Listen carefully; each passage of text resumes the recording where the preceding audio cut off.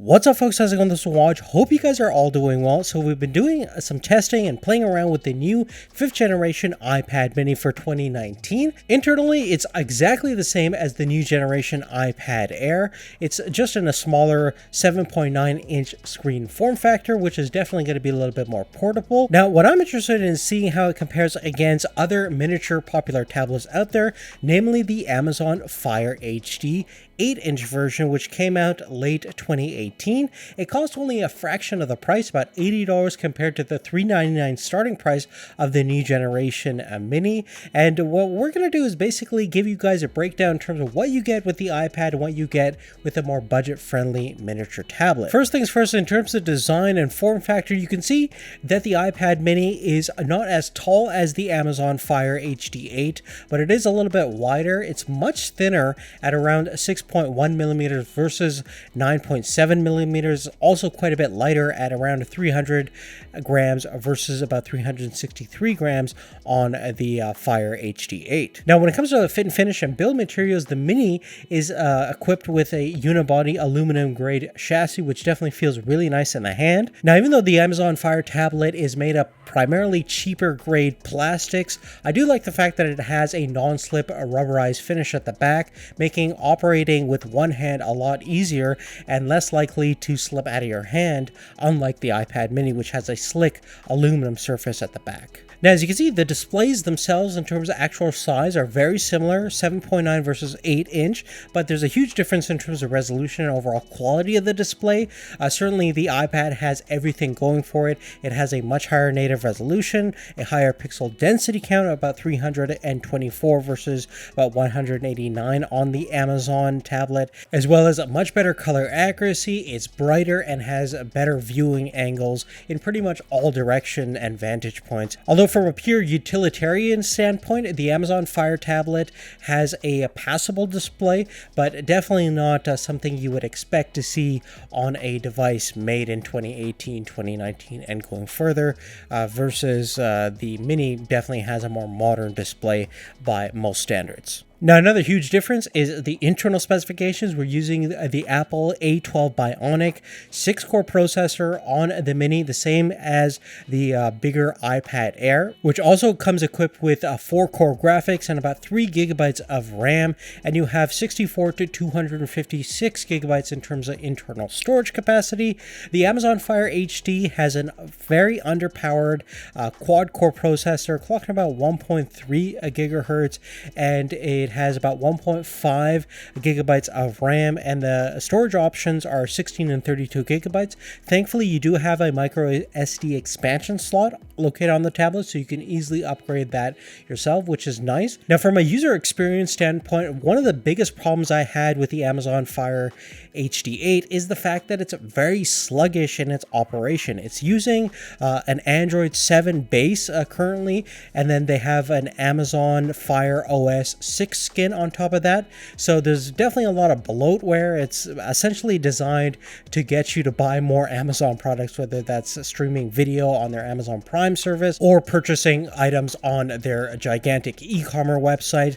And I understand that to subsidize the hardware price, they pretty much have to integrate all these features from a business standpoint. But actually using this tablet on a day-to-day basis can be quite frustrating because applications tend to take a long time to load up.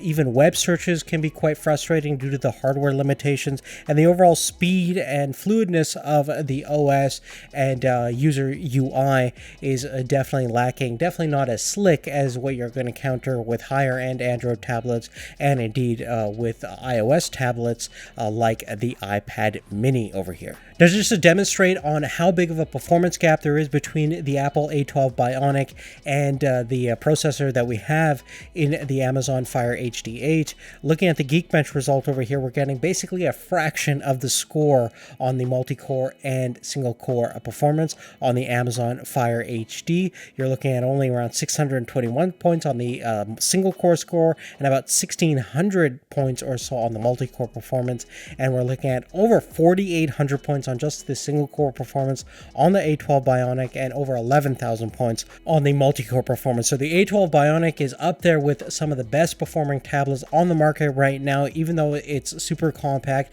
and it even rivals the performance of budget-oriented laptops designed for general web browsing and word processing and things like that. So definitely very powerful, and that's one of the reasons why it costs more than 4 times the price of the Amazon Fire HD 8. Furthermore, if we examine the cameras on the Amazon Fire HD, you can see that they're fairly rudimentary, only 2 megapixels both on the front and rear side, capable of shooting about 720p HD video at 30 FPS, versus we have 8 megapixels on the back, 7 megapixels on the front, and capable of shooting 1080p at 30 FPS on the iPad. And you can see from the side-by-side image comparison over here, there's a massive difference between the two, which is definitely not surprising, and one of the reasons, again, why you pay so much more for the iPad mini. Now, luckily, one of the redeeming factors about the Fire HD 8 is its battery performance. It has a fairly large capacity that they've upgraded for 2018 going into 2019 of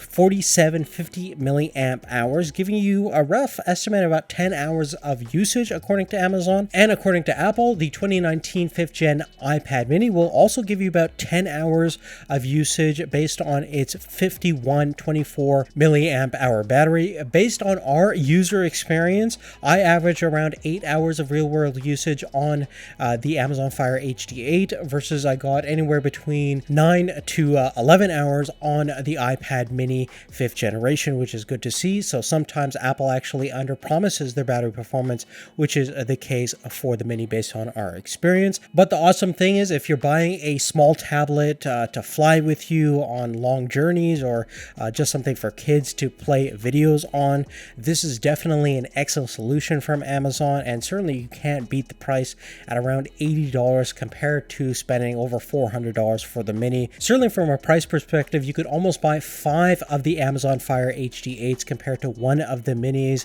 And if you just want a simple utilitarian budget-friendly miniature tablet, definitely an excellent option, although you are going to pay for some extra features on the mini, which might be worth it if you want the better display, better camera, internal capabilities, all those things we talked about. It certainly has its place.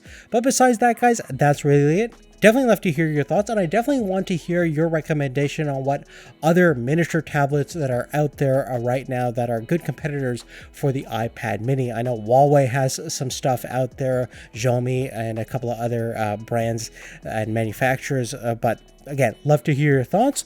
Give us a thumbs up if you liked this video. I want to thank you guys so much for watching and continuing to support our channel, and we'll see you real soon. Take care.